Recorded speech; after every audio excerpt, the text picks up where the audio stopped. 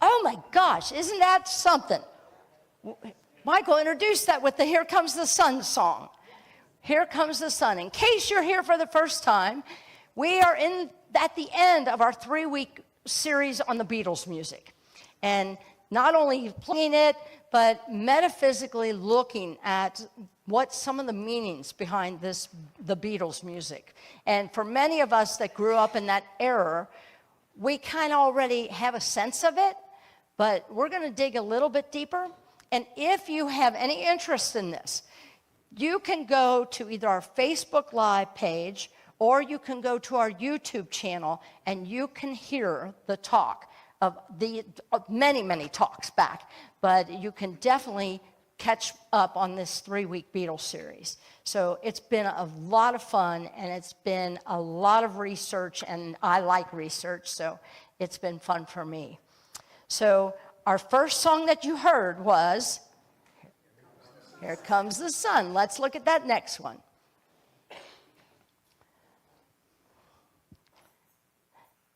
Dave, we need to go to the next one, please. There we go. Yes.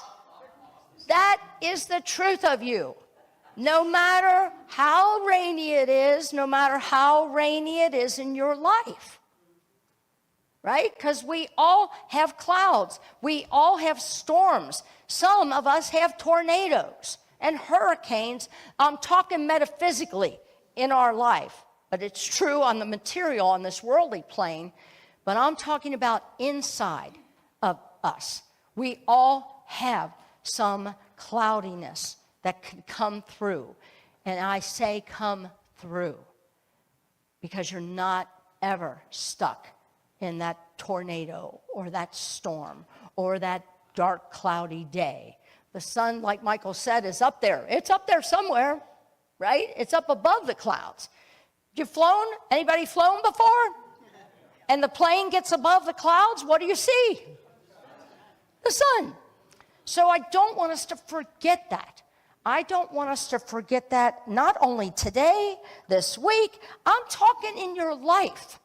Your life.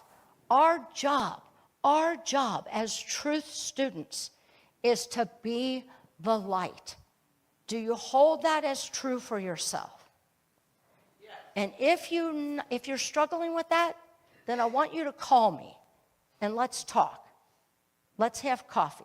If this is a hard one for you to accept, that your job, you came here in light. You were born in light. And in light, you will return.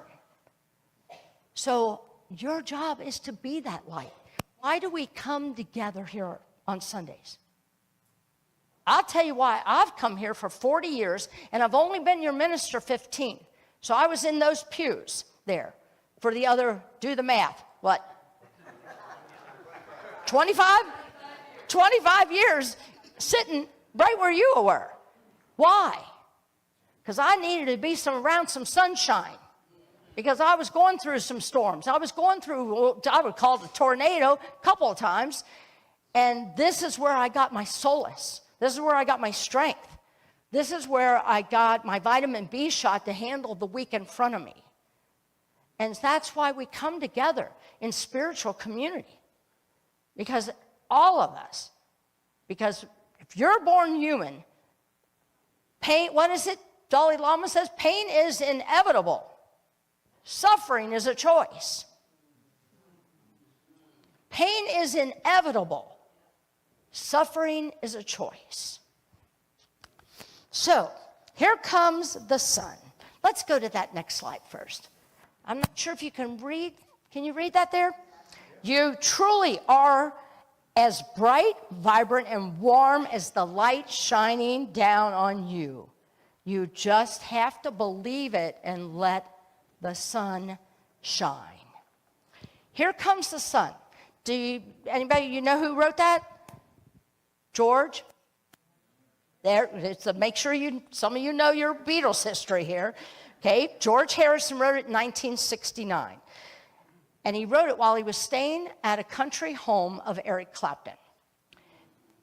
Why was he staying there? In 1969, the Beatles were struggling as a group. They were having, if you remember, my recollection is Yoko Ono came on the scene, and everywhere that John went, was it John, right? John went, Yoko went, and it was starting to bother them. They kind of liked it being the boys' club.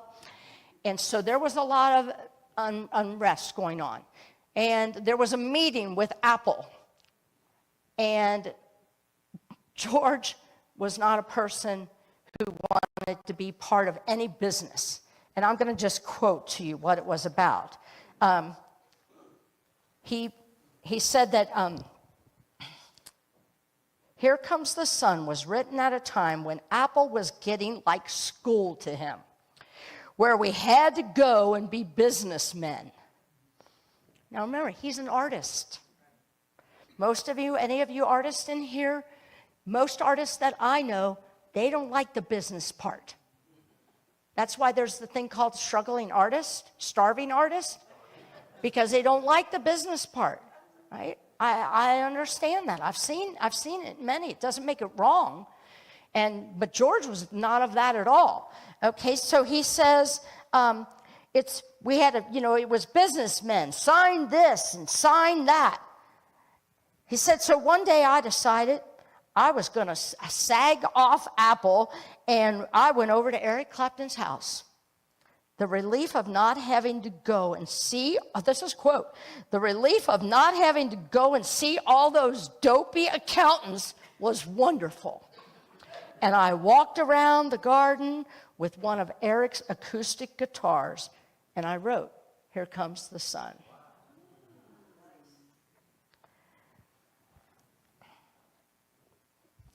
So that to me says a lot right there. How many times do you, and maybe I think it's not just me, I know there's a lot of you, that go outside when there's times of trouble, right? We go outside in nature, we go walk in the woods, we go watch a body of water somewhere. There's something healing in nature, and that's what was happening with George Harrison at that moment. And now remember, as a result of that, and as a result of that song, what happened? Anybody remember the next album that came out? Anybody? It's the White Album. I'm almost positive it was the White Album. They came together, right? They came back together. Now, eventually, they didn't. But at that moment, through some personal healing that took place while he wrote that song, there's more to come. Let's go to that next one, please.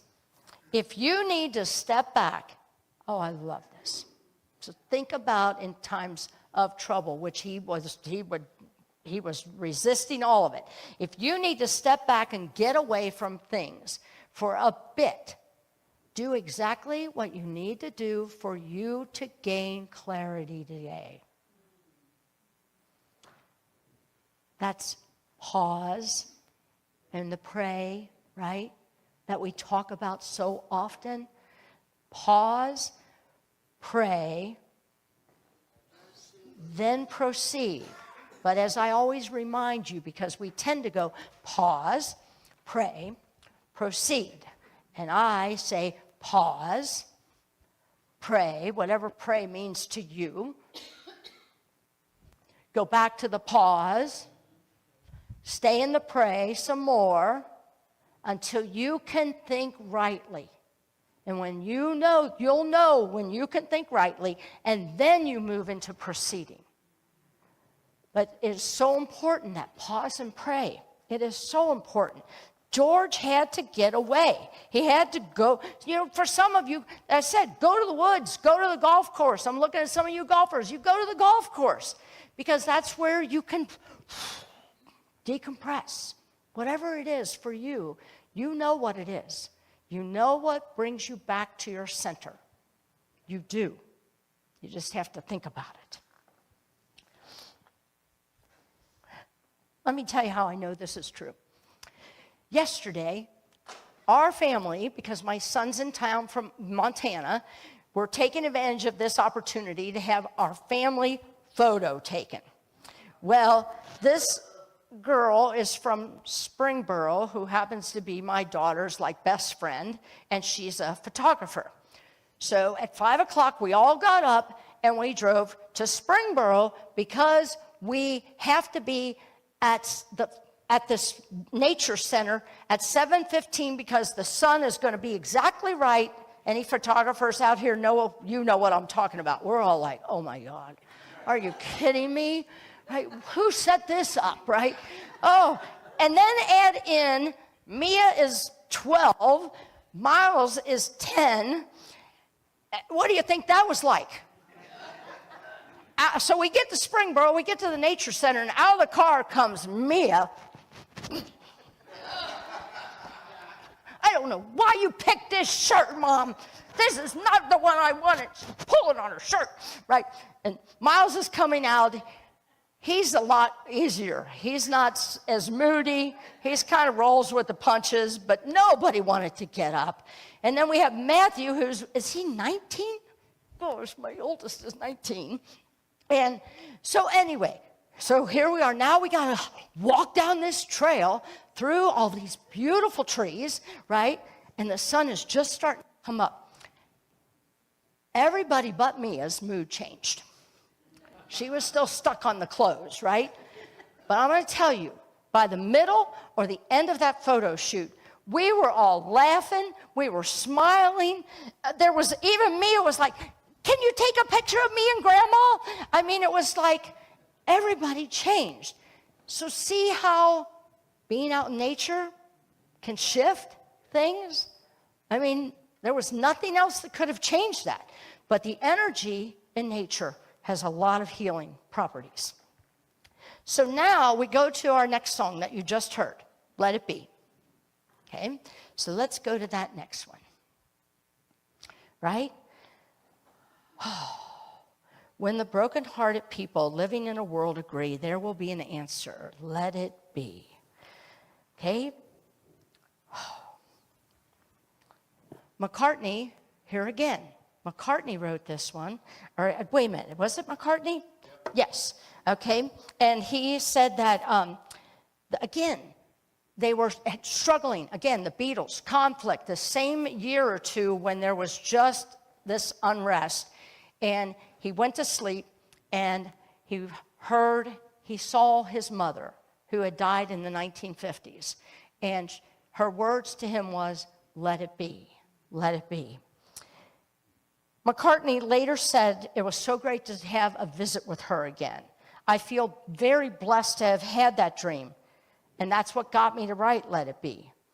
Later in an interview, he said that the dream was about his mother, and she told him, it will be all right. Just let it be. When asked, I like this, someone asked him, was Mother Mary about the Virgin Mary? And Paul looked at him and said, well, if that works for you. So, speaking words of wisdom, let's go to that next slide. Let it be. When you find yourself in times of trouble, Mother Mary comes to me speaking words of wisdom.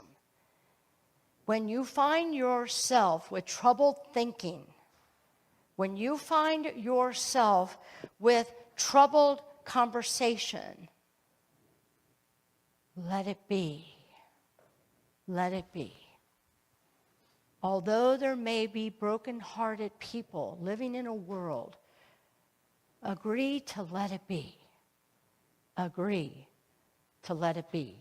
Go to the serenity prayer. That's my go-to any time that I am struggling with something I cannot change.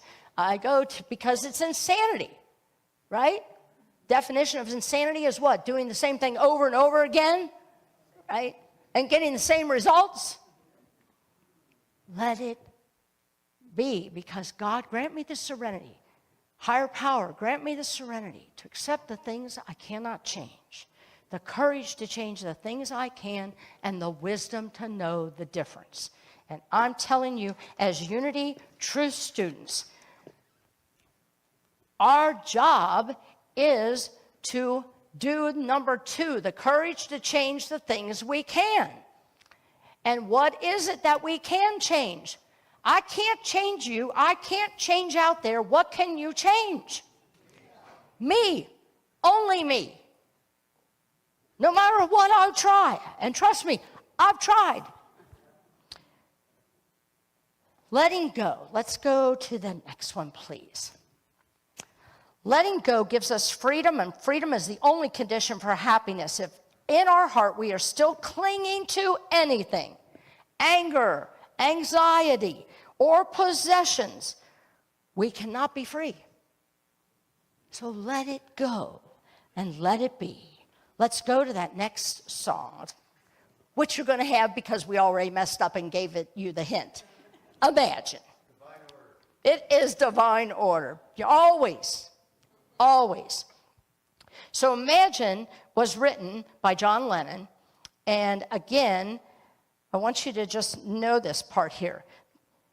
He said, I wanted my listeners to imagine a world of peace without materialism, without borders separating nations, without religion. And then he goes on to say that this song was inspired by Yoko Ono.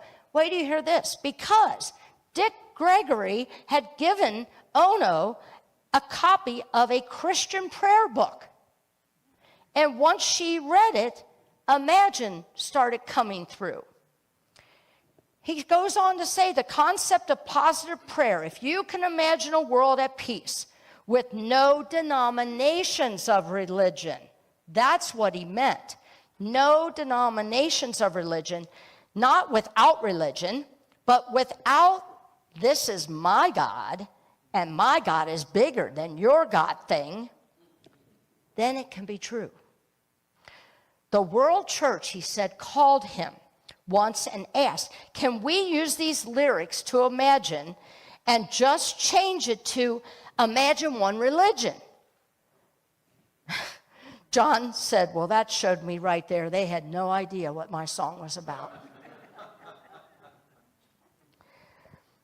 He said, Imagine is just, Yoko said, Imagine is just what John believed, that we are all one country, one world, one people. 22 lines of graceful, plain-spoken faith in the power of a world united in purpose to repair and change themselves. There is no monster under the bed. No matter what anybody tells you, no matter what your situation, there is no monster under the bed. That is fear, and fear wants to control, and everything is either based on love or fear, right? Do you understand? Rooted. It's either rooted in fear or love. So I want you to take whatever you are feeling as days go on, or whatever is showing up for you today, or whatever happens tomorrow, because stuff is going to happen. Run it through your filter. Run it through your filter. Is this kind? And I'm gonna move fast forward here. But is it kind? Is it worthy? Ask just those two things in a filter before it comes out of this mouth. All right? I always tell people, if you want to work with me, you want to counsel with me, I'm going to tell you, be ready for bloody lips. Because I'm going to tell you to bite your lip a lot.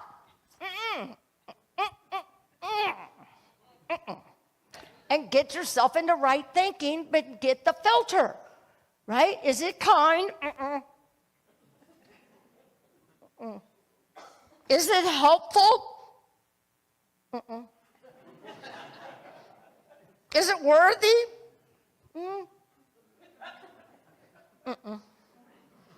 Then don't say it. I know. I went ahead and I put this up because I love Mary Morrissey, first of all. You block your dream when you allow your fear to grow bigger than your faith. Take a picture of that. Somebody take a picture of that. That needs to go on our Facebook page. And Facebook audience, I hope you can see these slides today because they are very important. If you only knew how many hours I work on these, because they are so meaningful to me. And when they're meaningful to me, I want to share them. Check in with your fear. Check in with your fear of whatever situation, whatever person, whatever family member you're dealing with right now. Check in and find out, is your fear bigger than your faith? We believe in divine order. Do we really? Because when conflict shows up, I don't want to call that divine order, do you? No, be honest. No, nobody does. But in truth, we do know that spiritually. It is in divine order, and we are in for some big changes. And we can either fight the ride or we can stay true to who we are. Bearers of light. We're the sun. I'm going to show you this next one because, and I've done many sermons on this, the hero's journey. Is that what we got next? Dave? There we go. And it might be hard to read, but I've made, and Kim, thank you, made copies, and they're in the lobby if you would like to take this with you. And I'm going to say, the hero's journey, many of you are familiar with it, okay? This is a story of every one of us, and it continues and continues to cycle through our lives. We have a call to adventure.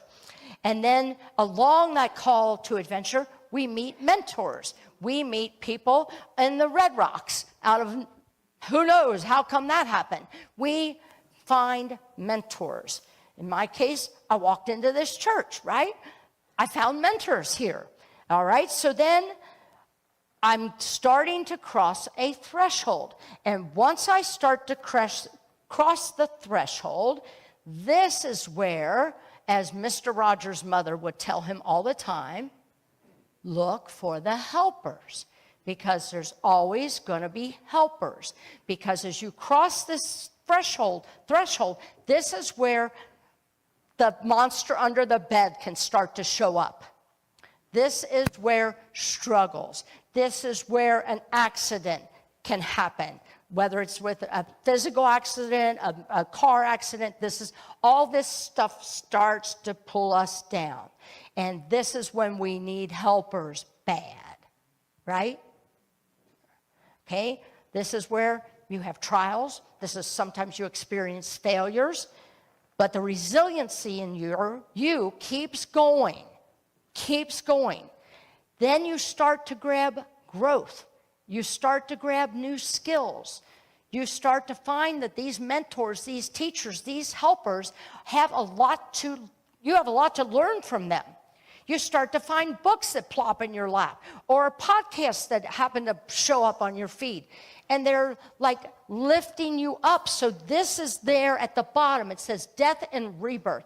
This is where you die to the old way and you birth to the new, because you are coming out of the abyss. This is when you start to have revelations. This is when you start to find, I don't have to live life this way. I can do something different. I can be something different. And this is where finally changes occur.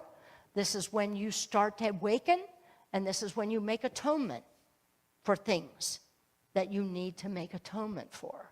And then this is when you get gifts, not physical gifts, gifts of the spirit, gifts of the heart. You just start finding people doing things for you, whatever it is, and you return back to home a changed person, only to start the whole adventure again. But isn't it wonderful when you can see this? So I want you to just take a look at that. I want to end today, and did we check the video? Do we have it? I need to ask to see if we're able to play it.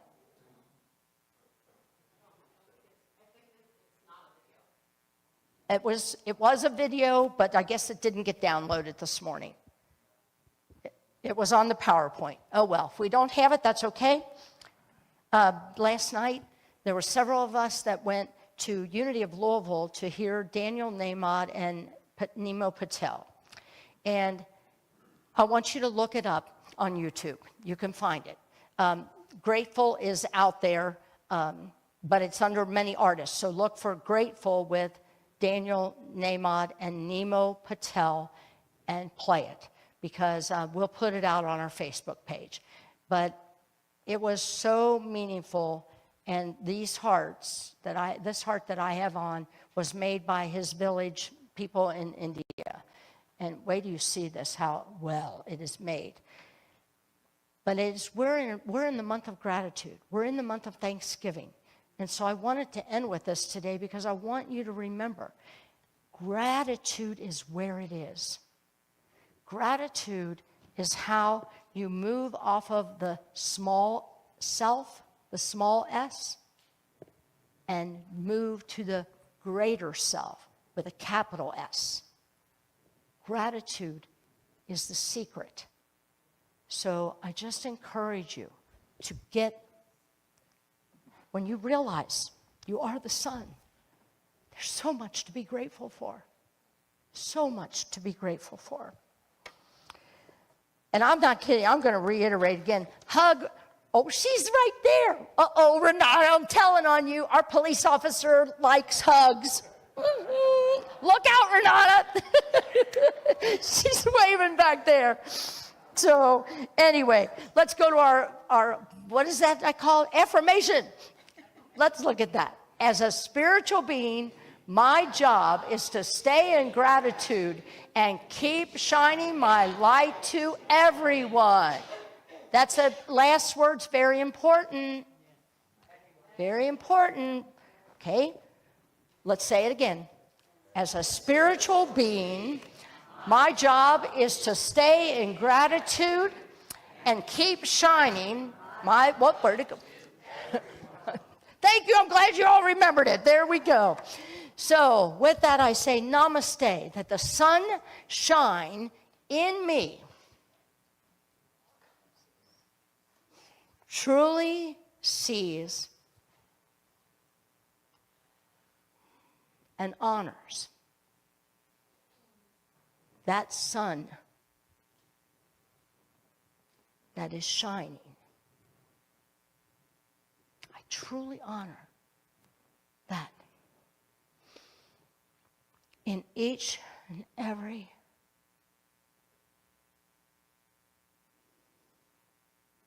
single one of you.